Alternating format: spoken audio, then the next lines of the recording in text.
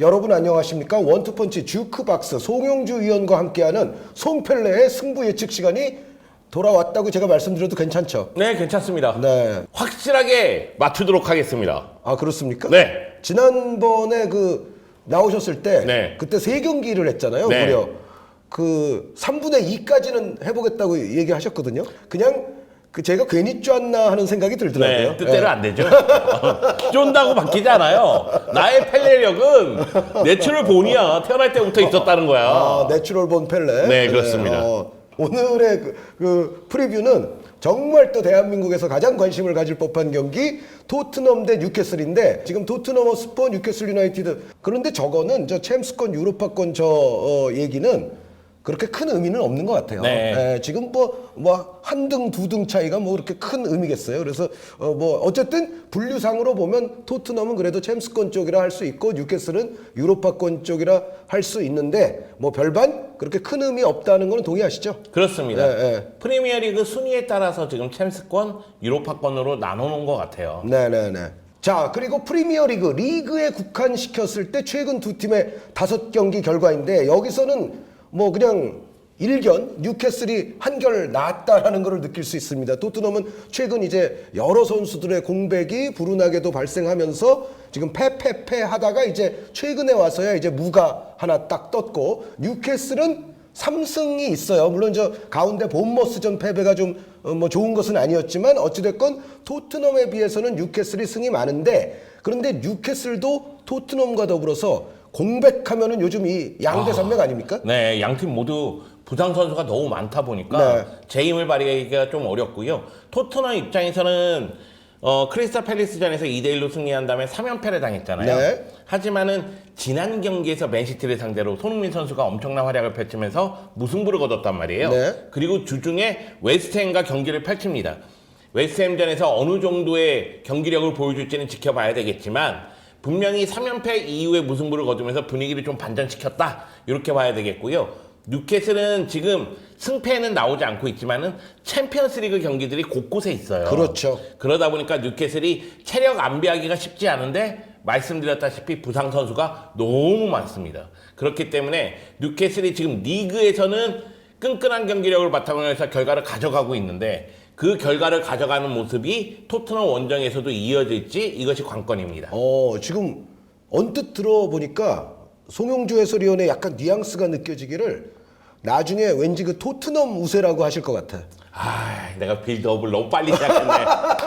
1차 빌드업에서 걸렸네. 지금 말씀하시는 걸 들으니까 약간 이런 느낌이에요. 두 팀이 어쨌든 공백은 되게 컸는데 뉴캐슬은 지금 일견 봐서는 토트넘보다 일단 리그 기록은 훨씬 좋아 보이는데 이게 사실 어떻게 보면 굉장히 어려운 와중에 좀 꾸역꾸역 읽어낸 듯한 느낌이 좀 있고 그리고 여전히 뉴캐슬에게는 또 챔피언스리그라는 부담도 지금 계속 진행 중이고 그런 반면 토트넘은 저 패는 분명히 안 좋았지만 맨시티를 상대로 비겼다는 것은 이거는 설사 승이 아니더라도 승 이상의 사실은 좀 반등이 있는 거 아닌가라는 생각을 약간 송영주 해설위원의 말에서 엿볼 수 있거든요. 네, 거기다가 이번 주는 주중 경기도 있잖아요. 또다시 주중 주말 경기를 펼쳐야 되는 뉴캐슬 입장에서는 부상 선수도 많은데 기존 선수들의 체력적인 문제도 나올 수도 있다 이런 생각이 드는 거죠. 네, 오히려 이 주말 경기 타이밍쯤 되면 토트넘이 받는 과부하보다 뉴캐슬이 받는 과부하가 이때쯤 되면 탁 터질 수도 있다. 그렇습니다. 네, 어쨌든 제가 마음을 잘 예측을 했죠. 네. 이거 돗자리 깔아도 되겠는데요. 네, 최근 5경기 경기력 비교 역시 알파볼이 제공하는 경기력 비교인데 좀 전에 승승무패 이제 이런 데서도 보여졌듯이 이거는 뉴캐슬이 우위로 나타나는 게 당연할 것 같아요. 당연하죠. 그것이 당연한 이유가 토트넘 입장에서는 첼시전에서 1대4로 패배할 때 너무 많은 걸 잃었어요. 네. 징계도 나오고 그러면서 그 다음 경기들부터 뭔가 끊어냈어야 되는데 울버햄튼전에서도 1대2 패배하고 아스톤빌라전에서도 1대2로 패배했단 말이에요. 그거는 뭐냐면은 토트넘 입장에서는 경기력이 안 따라줬다고 봐야 되겠죠. 네. 반면에 뉴캐슬 같은 경우에는 말씀드렸다시피 본머스전 패배가 굉장히 뼈아프긴 하지만 그렇지만 다른 경기들에서는 결과를 가져갔기 때문에 그런 측면에서는 당연히 이 도표가 보여주고 있는 게 맞다고 판단이 듭니다. 네, 그러니까 아스날이나 뭐 맨체스터 유나이티드 같은 팀을 상대해서도 뉴캐슬이 경기력 지표가 플러스 4, 플러스 5 뭐 이 정도를 했다는 거는 기대 실점 대비 기대 득점 찬스를 만들어내는 힘이 굉장히 좋았다는 것을 의미하고요. 그리고 토트넘 같은 경우에 사실은 이제 토트넘이 여기서 이겼던 경기가 이제 팰리스전이고 네. 이제 맨시티전은 이제 비기긴 했습니다만 그 사이에 이제 3연패가 있고 근데 맨시티전도 토트넘의 경기력 지표가 그렇게까지 좋았던 건 아니에요. 네, 사실 맨시티가 결정력을 보여줬으면 결과를 가져가기는 상당히 어려운 경기가 될 수도 있었죠. 네네. 그렇기 때문에 잉글랜드 언론들이 포스테코글루 감독 전술에 대해서 뭐 아니면 도다 이런 식의 표현을 하기도 했습니다. 그러니까 팰리스전에서 뭐 근소하게 좀 더 좋은 지표가 나온 거를 제외하면 나머지 4경기가 전부 지표가 안 좋거든요. 이 얘기는 뭐냐? 송영주 위원께서 말씀하셨던 토트넘의 수비에는 확실히 지금 문제가 있다. 그러니까 수비가 안 좋으면 지금 이 경기력 지표는 좋을 수가 없습니다. 그렇죠. 네, 기대 실점 값이 커지기 때문에 이제 그러한 어떤 또 알파볼의 데이터가 그런데 또 기반하고 있다는 것을 여러분들께 말씀을 드리고요. 자, 주요 선수 비교해서 토트넘은 다양해요. 토트넘은 다양한데 저 마지막에 있는 저 어시스트 제임스 매디슨 선수는 사실은 여기서는 네. 유감스럽게도 좀 허수에 가까운 선수라고 보여지고요. 현재로서는. 근데 뉴캐슬은 빌드업, 패스, 어시스트는 다 그냥 트리피어네요. 네. 그리고 무엇보다도 에디아오 감독이 트리피어의 공격력을 어떻게 이용할 줄 알고 있고요. 네. 그 점을 활용한 전술을 바탕으로 해서 공격을 전개하고 있기 때문에 트리피어의 이 공격 지수는 굉장히 높을 수밖에 없습니다. 사실 토트넘 입장에서도 수비 라인의 줄부상이 아니었다면 네. 수비 쪽에서 1차 빌드업 카드를 다양하게 쓸 수도 있었겠지만 그렇게 되면 아마 벤 데이비스 선수가 빌드업 1위는 안 나왔을 것 같아요. 벤 데이비스가 출전을 못할 수도 그러니까 있죠. 원래 다 선수가 네. 있으면. 예, 예. 근데 이제 반더펜이라든가 이제 로메로 같은 경우에도 징계에서 이제 돌아오지만 네. 징계였기 때문에 수비 라인에 사실상 풀백 자원들이 센터백을 보는 상황이 됐으니까요. 그러다 보니까 문제를 좀 발생시킬 수가 있고요. 미드필드 라인에도 부상 선수가 있는 토트넘이다 보니까 결국 이제 이브 비스마에 대한 의존도가 좀 높아진 것이 아닌가라는 생각이 듭니다. 네. 자, 그리고 이제 특히 공격적인 어떤 항목들에 있어서 주요 선수 비교를 또 알파볼이 제공을 해줬는데 뉴캐슬은 골 관여 결정력에 있어서 최근 5경기에서는 앤서니 고든이 가장 또 선봉장이고 물론 골수 자체는 이삭 선수가 더 네. 많습니다만 토트넘은 역시 두 선수. 사실 토트넘의 공격은 손흥민이에요. 손흥민이 해결을 해주느냐, 손흥민의 장점이 얼마만큼 많이 경기력에 영향을 미치느냐, 그거에 따라서 토트넘의 경기력은 달라지는데 이런 부분에 대해서 타 팀들도 알고 있고 손흥민을 봉쇄하고자 노력할 거 아니에요. 그때 도와주는 역할을 제임스 매디슨처럼 해주는 선수가 필요한데 지금 상황에서는 로셀소 같다는 거죠. 근데 로셀소 선수와 매디슨 선수는 스타일 자체는 다르죠. 약간 다르죠. 네. 예, 예. 다르긴 한데 사실 지금 상황에서는 매디슨의 역할을 가장 잘 소화할 수 있는 선수로 보이니까 네. 거기다 로셀소가 최근에 또 득점포를 가동하고 있으니까 그런 측면에서는 로셀소의 활약이 매우 중요한데요. 브레넌 존슨이라든가 아니면 클루세프스키가 좌우 측면에서 공격에 대한 기여도를 조금 더 높여주는 것도 하나의 방법이긴 한데 사실 중앙 쪽에서 손흥민 선수를 보좌하는 역할은 지금 상황에서는 로셀소가 가장 맞는 것 같습니다. 네. 근데 브레넌 존슨 같은 경우는 그래도 스피디한 플레이 자체는 위력은 발휘하죠. 네, 있어 보인다고 네. 저는 생각은 하는데 어찌됐건 좀 더 이제 전체적인 공격을 좋게 만들어주는 역시 공격형 미드필더에 있어서는 지금 선수들 가운데서는 그래도 로셀소가 좀 해줘야 되고 요즘같이 클러치 능력까지 좀 발휘해준다면 뭐 더 뭐 이루 말할 데가 없겠죠. 네. 특히 이제 손흥민이 스피드를 살리는 공격하는 그 작업 하에서는 결국은 손흥민과 동시에 스피드를 좀 맞춰주면서 득점포를 가동하거나 연동해서 들어가는 자원이 필요하거든요. 그런 측면에서 브레넌 존스라든가 로셀소는 매우 중요하다고 볼 수가 있습니다. 자, 요거는 알파볼에서 또 제공한 기대 득점과 기대 실점을 가지고 최근 2경기를 두 팀에 관해서 집중적으로 살펴본 건데 여기서 좀 이제 재미있는 거는 뭐 재미있다고 하기에는 이제 토트넘에게는 조금 재미없는 얘기지만 토트넘의 경우에 아스톤 빌라전에서의 기대 득점이 2.68인데 이러면은 한 3골 터뜨려야 되지 않습니까? 맞아요. 네, 그런데 실제 득점이 한 골밖에 되지 않았기 때문에 결국은 그 경기를 잃어버렸고요. 반면에 이제 뉴캐슬 같은 경우 보면은 뉴캐슬도 약간 그 아픔은 있습니다. 그러니까 맨체스터 유나이티드 전 같은 경우에 3.48이라는 엄청난 기대 득점을 기록을 했는데 물론 그 경기를 잡아서 뉴캐슬은 그래도 그렇게 뼈 아프지까지는 않지만 그래도 실제 득점은 또 한 골이었어요. 네. 그러니까 두 팀 모두가 최근에 보면은 기대 득점에 비해서 좀 실제 득점이 그에 미치지 못하는 경우가 있다는 말씀을 드림과 동시에 그런데 또 그게 역으로 간 경기도 있죠. 토트넘은 0.73 기대 득점에 맨시티를 상대로 무려 3골. 그러니까 손흥민 선수가 난이도가 굉장히 높은 상황을 그만큼 또 해냈다는 그런 얘기가 되겠고 그리고 뉴캐슬도 첼시전에서는 기대 득점보다는 실제 득점이 훨씬 컸습니다. 네. 그래서 두 팀 모두가 약간 저런 걸 보면 그날의 골 결정력에 제가 봤을 때는 기복이 있다. 네, 기복이 있어요. 네. 근데 그 기복을 좀 따지려고 본다면 토트넘은 그래도 홈에서는 기복이 덜하다. 네. 그 점을 얘기해야 되고 뉴캐슬은 원정에서 기복이 조금 더 심하다. 그런데 이번 경기는 토트넘 홈이다. 그 얘기를 드리고 네. 싶고요. 그리고 수비 쪽에서는 당연히 뉴캐슬이 조금 더 우위에 있습니다. 그 지표가 지금 오른쪽에 나타나고 있죠. 그러니까 뉴캐슬 입장에서는 최근 실점하는 경기들을 봤을 때에도 실수에 의한 실점은 나올지언정 전체적으로 시스템의 문제는 덜하거든요. 네. 근데 토트넘의 포스테코글루 감독의 전술 자체가 수비 쪽에는 부담을 갖고서 공격에 임하고 있으니까 수비 쪽이 당연히 뚫릴 가능성이 있는 거죠. 네. 최근 그냥 뭐 기대 실점 이런 얘기 안 하더라도 실제 실점만 봐도 토트넘은 최근 아스톤 빌라 맨시티에게 5골, 뉴캐슬은 첼시, 맨체스터 유나이티드에게 1골. 물론 이제 상대에 따른 어떤 최근 경기력의 상대성은 뭐 있을 수는 있지만 어찌됐건 수비는 뭐 올 시즌 전체 내내 뉴캐슬이 토트넘보다는 좀 우위라고 봐야 되겠죠. 네, 그렇습니다. 그런데 송영주 위원은 왠지 저 수비 지표는 이번 경기에서는 그렇게 썩 중요하지 않은 것처럼 아니요. 말씀하실 것도 같은데 아니 이 수비 지표 때문에 토트넘이 아마 뉴캐슬을 상대로 홈에서 매우 고전할 거라고 생각을 합니다. 고전은 하는데 네. 그래도 좀 유리하지 않을까? 그러니까 두 가지 측면이에요. 결국 이제 뉴캐슬의 미드필더진 워낙에 좋은 활약을 펼치고 있는 조엘링턴이라든가 브루노 기마랑이스가 있기 때문에 네. 이 미드필더진을 상대로 얼마만큼 힘을 발휘할 수 있느냐의 문제가 있고 또 하나는 이 적은 실점을 기록하고 있는 수비를 뚫어낼 수 있느냐의 문제가 있는데 제 생각에는 이 토트넘의 공격이 홈에서는 워낙에 이제 파상 공세를 펼치면서 동시다발적으로 들어가잖아요. 그렇죠. 그것이 효과를 볼 가능성이 크다는 생각이 들고요.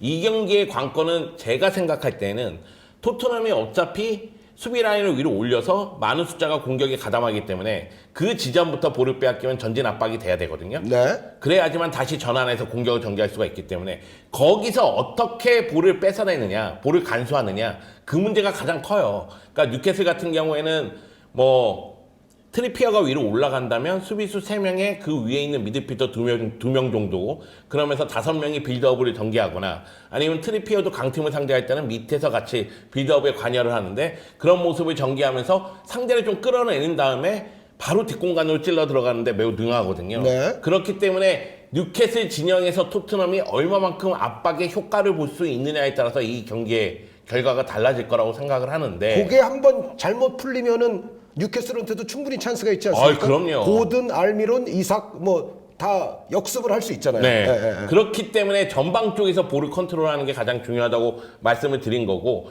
저는 홈에서는 그것이 가능할 거라고 생각을 하는 거죠. 그러니까 그 토트넘에 있는 대로 선수들을 많이 공격에 가세시켜서 위에서 누르면서 계속해서 볼 소유권을 가져오고 하면서 이제 파상 공세를 취하는 거. 그리고 이제 수비 시에는 짧은 패스를 좀 돌리면서 상대를 좀 끌어들인 다음에 측면 쪽 공간으로 한 번에 넘기는 그러면서 이번에 맨시티전에서의 그 손흥민의 선제골 같은 장면 네. 그런 장면이 나와준다면 토트넘 입장에서는 금상첨화가 아닐까 생각합니다. 자, 토트넘 입장에서의 포인트. 두 팀의 이번 시즌 홈 어웨이 성적 고려한 결과 홈팀 토트넘의 우세. 알파볼 정도의 고급 데이터가 하기에는 너무 단순한 데이터 아닌가 싶긴 한데. 이 데이터는 저도 갖고 나왔어요. 그러니까 알파송, 네. 펠레송, 알파송. 네. 어쨌든 그 송영주 위원이 몇 번 지금 강조를 해주신 바대로 홈의 토트넘, 원정의 뉴캐슬이라면 기본적으로 토트넘 쪽에 조금 우세가 있을 수 있다라는 네. 얘기를 알파볼도 똑같이 하고 있고요. 그리고 자, 뉴캐슬의 우세 포인트가 더 많아요, 지금.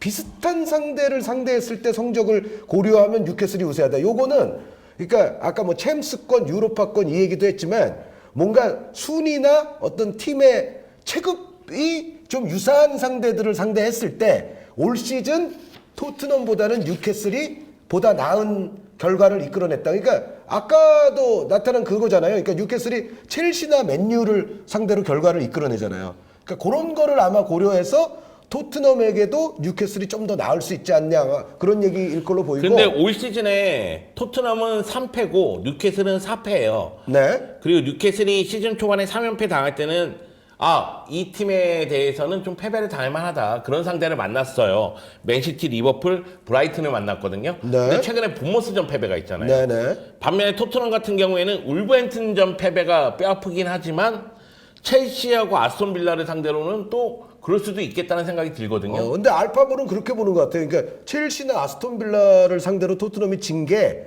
그게 조금 별로 아니냐. 알파볼은 약간 그쪽 관점으로 보는 것 같거든요. 그리고 알파볼의 알고리즘 중 경기력의 상대성을 분석한 결과 뉴캐슬의 우세다. 저 경기력의 상대성은 저는 약간 그런 얘기 같아요. 그러니까 그 수비 공격의 약간 상대성을 얘기하는 것 같은데, 그러니까 그러니까 공격 대 공격으로 해도 뉴캐슬이 토트넘에게 떨어질 게 없는 반면, 근데 수비와 기대 실점 이런 걸 보면은 뉴캐슬이 확연히 낮잖아요.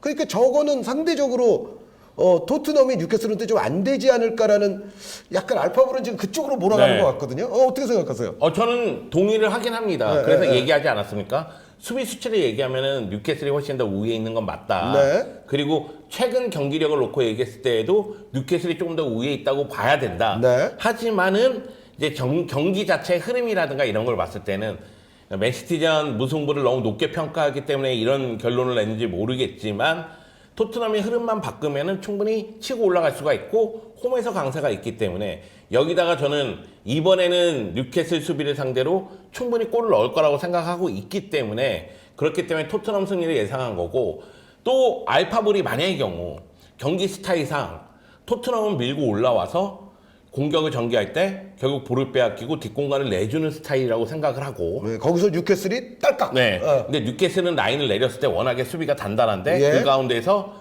미드필더들이 좋은 미드필더들이 많으니까 역습에 의해서 뒷공간을 노릴 수 있다. 그렇죠. 그렇기 때문에 기마랑이스 스루 패스 한 방, 네. 이삭 마무리. 뭐 그래서 스타일상도 뉴캐슬이 우세다 이렇게 본 거라면 약간 그런 느낌도 있죠 네. 지금. 네. 그것도 저는 어느 정도 동의를 하지만 그렇기 때문에 제가 그 얘기를 드린 거예요. 결국 토트넘은 상대 진영에서 볼을 얼마만큼 간수하면서 공격을 많이 전개하느냐. 그래서 이제 뉴캐슬한테 설사 볼을 뺏기더라도 그 볼을 빨리 다시 뺏어서 계속 몰아칠 수 네. 있느냐 없느냐. 없느냐. 네, 네. 그리고 뉴캐슬이 역습 전개를 하는 상황에서 뭔가 지연을 시켜놓고 내려올 수 있느냐 없느냐. 네. 네, 네. 그런 부분들이 아마 이 경기에 송영주 위원이 제시하는 최대 이제 전술적 포인트가 된다는 생각입니다. 자, 알파볼은 아까 좀 전에 그 알파볼 자체가 선택한 포인트들에 의거 요렇게 얘기할 줄 알았어요. 그러니까 압도적까지는 아니고 네. 그래도 모든 걸 종합하면 알파볼은 뉴캐슬이 그래도 원정팀임에도 불구하고 근소 우세여야 되지 않느냐. 자, 여기에 이제 송영주 해설위원도 그런데 토트넘의 압도적 우세는 아니죠. 근소 우세죠. 아까도 네. 말씀하셨다시피. 저는 지난 토트넘과 빌라 경기 예상했을 때 토트넘 패배 예상했잖아요. 네. 그거 하나 맞췄잖아요. 네, 네 맞아요. 네, 그런데 네. 그때도 제가 느낀 거는 토트넘이 연패에서 이 포스테코글루 감독이 전술적인 변화보다는 그대로 뚝심 있게 밀고 나가고 그러면 결국 빌라보다 더 많은 골을 넣어야지만 승리를 거둔다는 얘기인데 네. 빌라의 최근 분위기를 봐서는 그건 어렵겠구나 그런 생각이 들어서 빌라 승리를 예상했거든요. 근데 요 경기는 다르게 느껴지는 게 뉴캐슬이 올 시즌 원정에서 이 정도로 고생을 한다면 토트넘이 맨시티를 상대로 3골을 넣을 수 있는 그 힘을 이 경기에도 발휘를 한다면 그러면 토트넘이 근소 우세가 아닐까? 이런 생각이 드는 거예요. 알파볼 나와. 그 빌라와 뉴캐슬이 좀 다르다. 네. 네, 다시 한번 외쳐주시죠. 그래 알파볼 나와. 펠레볼이랑 한번 붙어보자. 네, 자 펠레볼 대 알파볼, 자 토트넘 대 뉴캐슬. 여러분들은 지금 두 가지 종류의 아주 흥미진진한 승부를 보고 계신데요. 다들 알파볼을 찍겠죠. 네. 아닐 수도 있을 것 같아요. 아 그래요? 네, 아닐 수도 있을 것 같고 토트넘이 또 우리 또 팬들에게 인기 좋지 않습니다. 아. 네, 게다가 토트넘이 홈에서 송영주 위원이 얘기한 그런 유형의 축구를 했을 때 뭔가 뉴캐슬에게 멀티골 이상을 뽑아낼 수 있다면 네. 그러면은 이 시나리오 자체가 뭔가 이 경기는 토트넘에게 상당히 호의적으로 흘러갈 가능성도 충분히 있죠. 토트넘이 주중에 웨스트햄전을 치르긴 하는데 손흥민의 올 시즌 골 기록 보면은 한 골 넣으면은 그 다음 경기도 골을 넣는 경우가 있어요. 또 그 다음 경기는요. 네, 그 다음 경기는 없어요, 보통은. 근데 보통 이제 골 넣으면 두 경기, 또 넣으면 두 경기. 이번에 세 경기 연속으로 골을 넣을 수도 있는 거 아니겠습니까? 그런 얘기였어요? 그러니까 손흥민은 워낙에 몰아넣기도 잘한다. 네. 그 얘기를 드리고 싶어서. 알겠습니다. 손흥민 네. 선수의 또 몰아넣기 능력에 송영주 위원 펠레볼에서는 기대를 걸고 있고요. 저희는 계속 말씀드렸지만 주중 경기는 보기 전에 이 방송을 녹화했다는 사실만 알아주시면 감사하겠습니다. 자, 펠레볼은 토트넘의 근소 우세를 예측했습니다. 자, 그리고 이제 두 번째 경기입니다. 두 번째 경기는 송영주 해설위원의 또 아주 전공 중의 전공이라고 볼 수 있는 라리가 네. 빅매치. 올 시즌에 가장 라리가 전체를 통틀어서 신선한 돌풍의 주역인 이제 지로나와 바르셀로나의 경기에 관한 이야기인데요. 그 좀 설명을 좀 해보시죠. 네. 일단 바르셀로나는 제가 올 시즌 돌아봤을 때 플랜 A에 문제가 있다고 말씀을 많이 드렸잖아요. 네. 기록에서도 나타납니다. 전반전보다는 후반전의 기록이 더 좋아요. 그런데 이 부분에 대해서 차비 감독이 최근 인터뷰할 때는 선수들의 간절함을 얘기했거든요. 그 얘기는 뭐냐면 자기가 생각하기에는 플랜 A랑 플랜 B랑은 큰 차이는 없어 보이는데 결국 종료 직전에 그 이기지 못하는 상황 또는 뒤처진 상황에서는 선수들의 간절함이 살아나면서 골을 넣고 따라가려고 하고 결과를 가져온다. 이런 느낌의 뉘앙스였는데 저는 아틀레티코 마드리드 경기 보면서 그리고 엘 클라시코를 되새김질하면서 다시 한번 느끼지만은 중요 경기에서의 플레이 A는 괜찮아요. 전반전에는 작동이 네. 잘 됐었죠. 네. 그리고 이 경기 아틀레티코 마드리드 경기도 전반전을 완전히 어떻게 보면은 제압하는 그런 네. 느낌이었으니까 그래서 스페인 언론 쪽의 보도에 따르면은 바르셀로나가 올 시즌 처음으로 0분부터 경기를 치는 경기가 아틀레티코 마드리드라고 하더라고요. 네, 그러니까 딴 때는 출발 자체부터 좀 시원치 않았다는 네, 얘기죠. 네. 집중력이 떨어지면서 실점하면서 네. 시작하는 경기들도 있었으니까 그렇게 얘기했기 때문에 제가 생각하기에는 이 플랜 A가 계속 힘을 발휘할 가능성이 있다. 거기다가 최근에 바이데가 좀 안 좋으면서 조한 칸셀로를 왼쪽으로 돌린 게 네. 적중하고 있고 그러면 이제 오른쪽 누가 와야 되느냐가 또 이제 논란거리인데 쿤데 선수가 센터백 선호하고 이제 라이트백 하기 싫어해가지고 네. 그러니까 쿤데 센터백 아라우오 라이트백 그런데 사실은 이게 자연스러운 거는 아라우오 센터백 쿤데 라이트백이 더 맞지 않나요? 네, 맞죠. 네, 그게 네. 맞죠. 네. 그리고 최근에 또 아라우오도 그렇게 얘기했습니다. 네. 나도 라이트백보다는 센터백을 선호해. 그렇게 얘기하면서 네. 차비 감독이 아틀레티코 마드리드 경기 전에 그 얘기를 했죠. 뭐 아라우오든 쿤데든 내가 원하는 위치에서 뛴다. 그러면서 쿤데를 아틀레티코 마드리드 전에 라이트백으로 기용했는데 이게 효과를 봤어요. 적중했죠. 네. 네. 그렇기 때문에 수비 라인에는 변화가 없을 것 같고 골키퍼도 이냐키 페냐 골키퍼가 상당히 잘해주고 있거든요. 그거 근데 그 테오 슈테겐 선수 복귀일이 좀 오래 걸리죠. 네. 네. 지금 허리 수술을 받는다는 얘기가 나오고 있으니까 그러면은 이냐키 페냐 골키퍼가 계속해서 지킬 것으로 한동안 보입니다. 가야 되는 그 내년 챔피언스리그 16강 그때 돌아온다는 그 얘기가 있죠. 정도까지도 지금 테오 슈테겐 선수 부상 기간을 보고 있죠. 네. 네. 그래서 이냐키 페냐 골키퍼가 지금처럼 활약을 계속 해주기를 바랄 수밖에 없는 상황이고 미드필드 라인도 아틀레티코 마드리드전에서 페드리, 긴도안, 도용 요 라인은 이렇게 해야 돼요. 네. 그 얘기는 뭐냐면 구체적으로 좀 말씀해 주세요. 그러니까 도용은 자유롭게 움직이는데 네. 김도환이 1차 빌드업 관여를 많이 해주고요. 네. 오히려 페드리가 오른쪽 하프 스페이스로 올라가서 공격적인 역할을 많이 하는 거죠. 그 대신 도용이 폭넓게 움직이면서 왼쪽으로 빠지거나 왼쪽 하프 스페이스로 들어가거나 후반전에는 아예 페드리 밑에까지 내려와서 오른쪽에서 활약을 하거나 그러면서 경기에 미치는 영향력을 높여줌으로 인해서 상대가 김도환이든 도용이든 1차 빌드업을 할 때 결국은 강하게 압박하더라도 두 선수는 이거를 협력해서 빠져나올 수가 있거든요. 네. 그런 모습을 보여줬다는 거죠. 그렇기 때문에 다시 한번 얘기하지만 아마 플레인 A는 페드리, 긴도한, 도용으로 갈 거예요. 그러면은 예전 개념으로 따지면 부스케츠 롤에 가장 그래도 가까운 선수는 균도안으로 보시는 거죠 지금? 지금은 위치는 긴도환이 그 위치예요. 네. 그런데 사실상 그 역할은 도용이 더 많이 하는 거예요. 아, 오히려 역할적으로는 더용이 더 많이 한다. 예. 그러니까 균도안이 그 위치로 내려와서 플레이를 해주면서 뒤쪽에서 사실은 전체적으로 중심을 잡아주고 도용이 폭넓게 움직이면서 빌드업 관여를 더 많이 하고 네. 그 가운데서 이제 패드리가 전방 쪽에서 이제 득점 기회를 만들어주거나 연결고리 역할을 해주거나 그 역할을 하는데 그것이 효과를 본 경기가 지난 경기이기 때문에 예. 이 경기도 이렇게 나올 것으로 보이고 그래서 요게 플랜 A고 공격적으로 나간다면 페르민이 나오고 수비적으로 나온다면은 로메오가 나오고 교체로 그래서 어떻게 보면 이 아틀레티코전이 바르셀로나가 앞으로 나아가야 할 바에 대해서 어느 정도 이제 체계를 좀 잡았다. 네. 이렇게 보시는 건가요? 그렇죠. 예. 문제는 레반도프스키죠.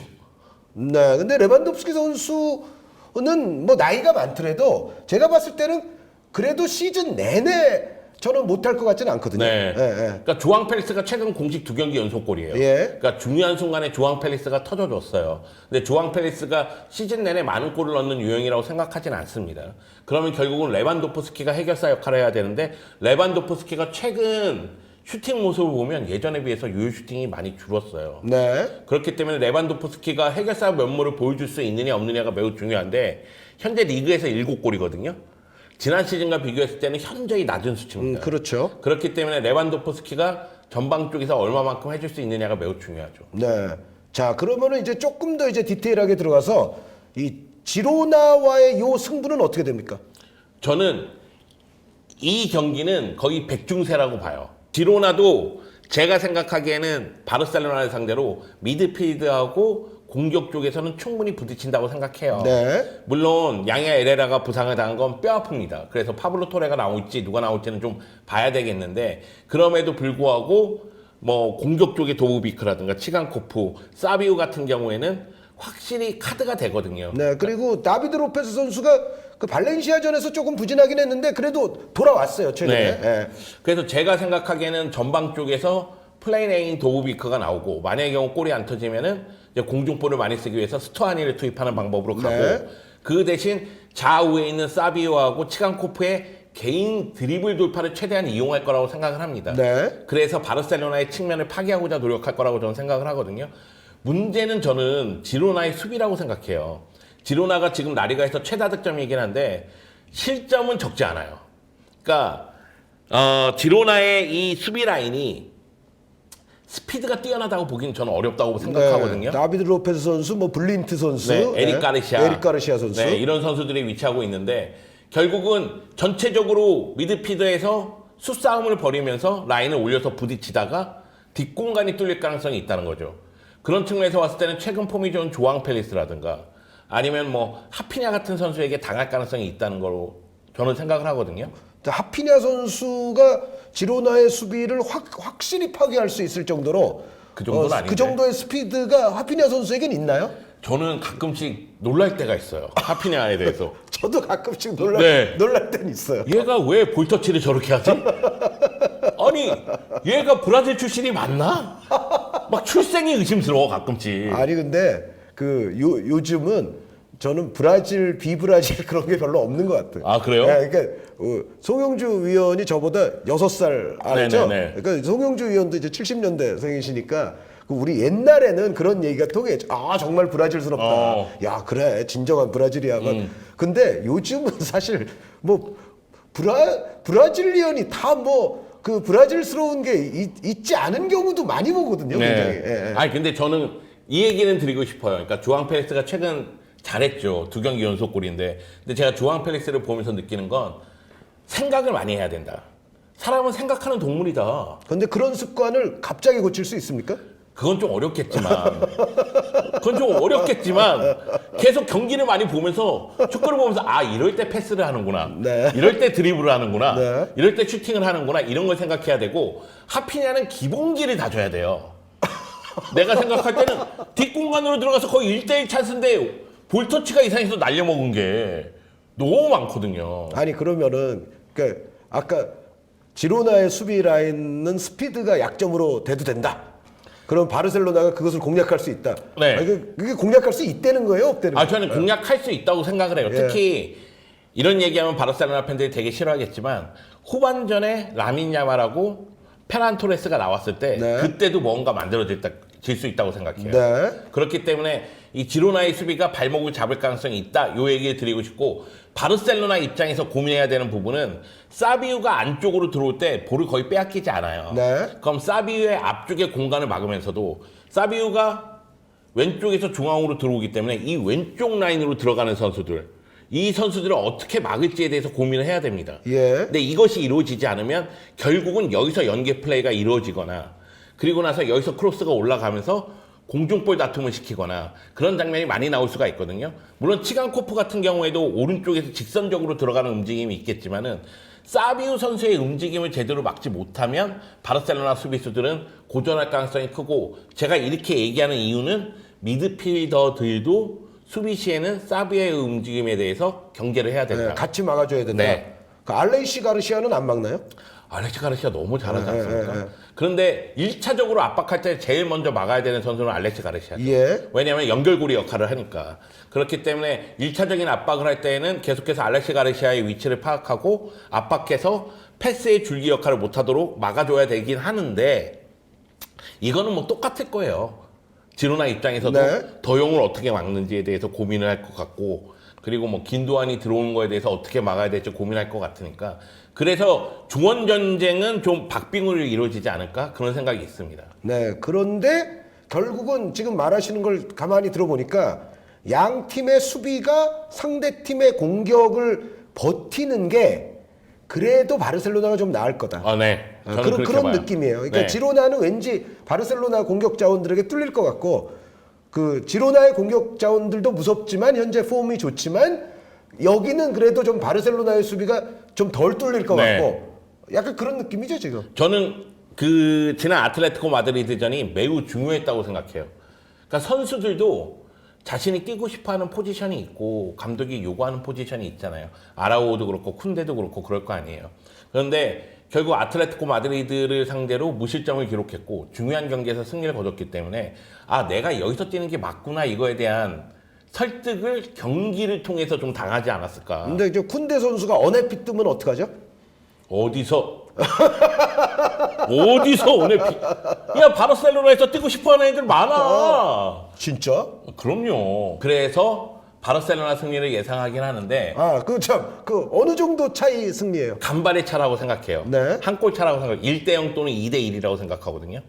아, 그러니까 어쩌면 바르셀로나가 또 무실점으로 틀어막을 수도 네. 있다. 네, 바르셀로나의 수비력이라면 그 아틀레티코 마드리드 상대로 했던 그 수비력이라면 충분히 무실점을 기록할 수도 있으니까 그래서 간발의 차로 승리할 거라고 생각을 하는데 결국 이 경기는 공격의 효율성과 결정력 차이에 의해서 결과가 달라질 것이다. 그러니까 레반도프스키 선수만 좀 잘해주면은 바르셀로나가 2골차 이상 낼 수도 있겠네요.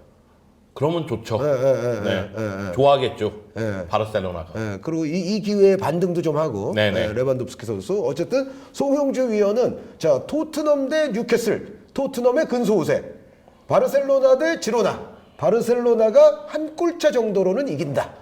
이렇게 오늘의 저희 주크박스 두 경기의 결론을 내주셨습니다. 저희는 또 다음 재미있는 주제로서 송영주 선생님과 더불어 찾아오도록 하겠습니다. 여러분 대단히 감사합니다.